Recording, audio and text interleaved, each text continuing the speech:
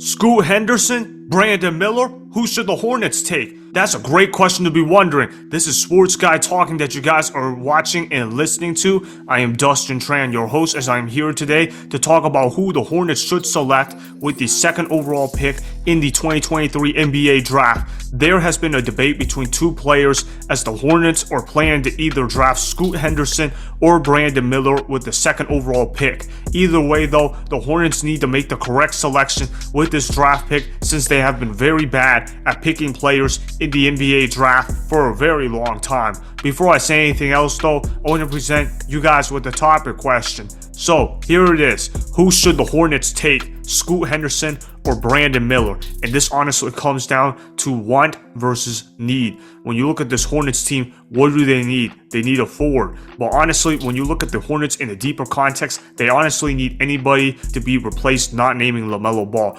Obviously, the Charlotte Hornets are very good with what they did with LaMelo Ball. LaMelo Ball is a very good player, made an all-star appearance. He is one of the better players in the NBA, and he's got potential to be a future star in the NBA. But outside of LaMelo Ball, the Hornets don't really have anything else to surround LaMelo Ball with. Sure, they got Terry Rozier, a decent player, albeit he's overpaid. They got Gordon Hayward, an overpaid player. They got PJ Washington, who's hit or miss. He can sometimes do some things, and they do have a promising young center in Mark Williams. But other than that, the Charlotte Hornets don't really have a lot of star power on their roster. Sure, the roster isn't bad in terms of the role players. They actually got solid role players. If you put those Hornets players on other teams, like if you put them on the Miami Heat, they might end up looking pretty good. I mean, they're making Caleb Martin look pretty good over there, while he was pretty horrible for the Charlotte Hornets. But here's the thing with the Charlotte Hornets. They're not great at developing players. They don't have a good culture of developing players in there whatsoever. When you look at the Hornets, who have they developed in the last 20 years? They haven't really developed much of anybody. The only all-star that they've drafted outside of LaMelo Ball in the last 20 years is Kemba Walker. And look at where Kemba Walker is now, out of the NBA. Kemba Walker was a great player for the Hornets, but with the way how Kemba Walker's been playing outside of the Charlotte Hornets, it's safe to say that Kemba Walker is not really all that outside of a few good years for the Charlotte Hornets. And the fact that he's the greatest player ever in Hornets history, that should speak to how sad this franchise is, because the Hornets have, quite frankly, have done nothing but lose all the time. And even though Dennis Smith Jr. is going to be a free agent, he is a good player for the Hornets, or at least a good role player, that is, and he has given them solid minutes off the bench. But Dennis Smith Jr. is not going to be a difference maker. When you talk about Scoot Henderson and Brandon Miller, though, those two have the chance to become future game changers in the NBA. When you talk about the Charlotte Hornets, I think they got to go with best player in the draft, more so than need. The Hornets don't necessarily have a specific need. They need to basically retool the team around LaMelo Ball, which means that they need to go ahead and draft the best available player. And the best available player is Scoot Henderson.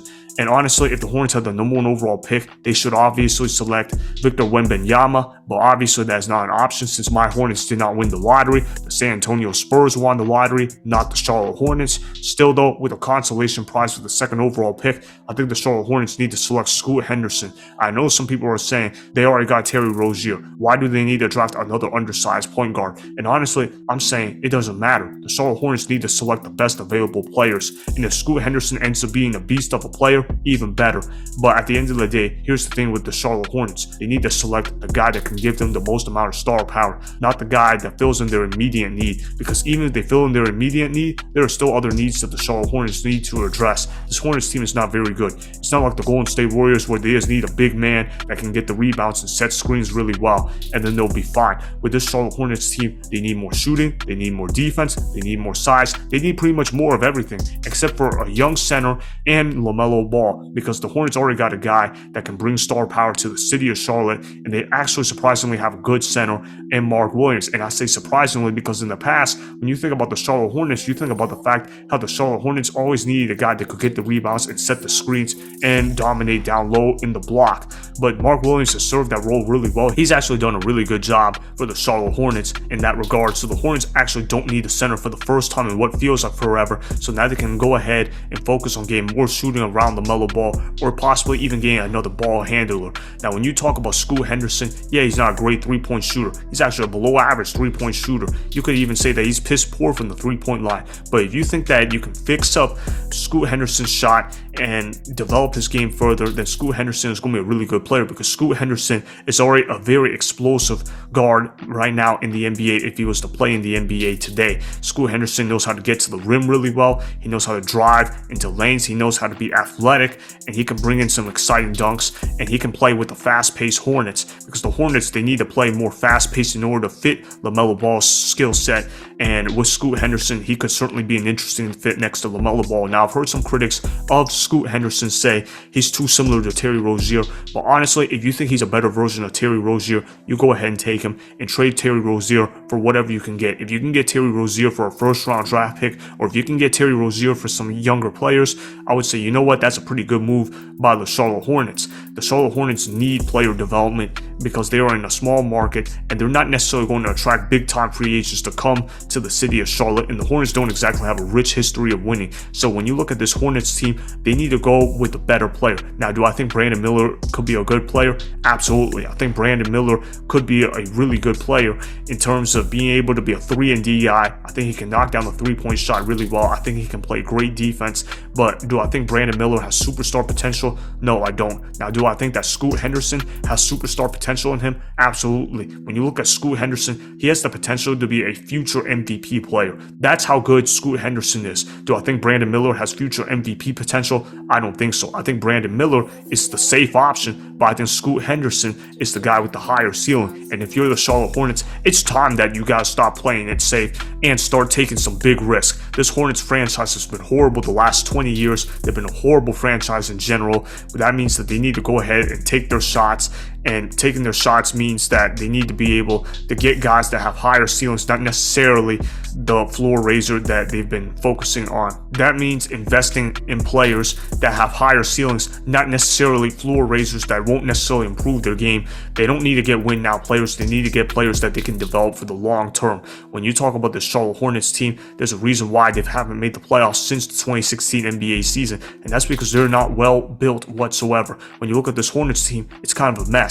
And honestly, if you pick Brandon Miller, there's going to be a lot of off-court problems as well for the Charlotte Hornets, because of the fact that the Charlotte Hornets are already known as the Charlotte Criminals because of the Miles Bridges situation. There's a reason why they had to let Miles Bridges walk and remain unemployed, and that is because Miles Bridges brings in a lot of bad press. Now, Miles Bridges is a good player, but Miles Bridges caused a lot of trouble with the domestic violence that he committed last year, and so that's why the Hornets had to leave him unemployed and unsigned. And if you select Brandon Miller, that's going to be a problem for the Charlotte Hornets in terms of a PR perspective, because Brandon Miller was involved in a murder investigation not that long ago. So if they select Brandon Miller, what does that say about the Charlotte Hornets in terms of character? So you can't even win and you select players with bad character. That's going to be a problem in terms of the PR. So I think the Hornets got to go ahead and pass up on Brandon Miller just for off the court stuff. But in terms of on the court, I think Brandon Miller can be a really good player. Brandon Miller has the potential to be a Paul George, a Brandon Ingram. He might even be a Jabari Smith Jr. type of version. If you like Jabari Smith Jr. coming out of the draft last year, you're probably going to like him in this year's draft as well, just because of the fact that Jabari Smith Jr. and Brandon Miller are somewhat similar prospects in terms of the fact that they are good wing players that can shoot the three ball really well and provide great defense, that has the potential to become future all-star players, but they might never become the face of the league or something like that. As for someone like Scoot Henderson, he's got the potential to be a future MVP player. He's got the potential to be a Russell Westbrook, a prime Derrick Rose, a John Wall. Worst case scenario, he might be a Terry Rozier, which honestly might not be a bad thing. Here's the thing: if you're the Charlotte Hornets, if you're the Charlotte Hornets and you select Brandon Miller, that's going to create problems, because that's going to create a logjam in the front court, because they've already got Kelly Oubre, they've already got Gordon Hayward, they already got PJ Washington, and if you re-sign Miles Bridges, that's also going to be another player in the rotation that's going to clog up playing time for Brandon Miller.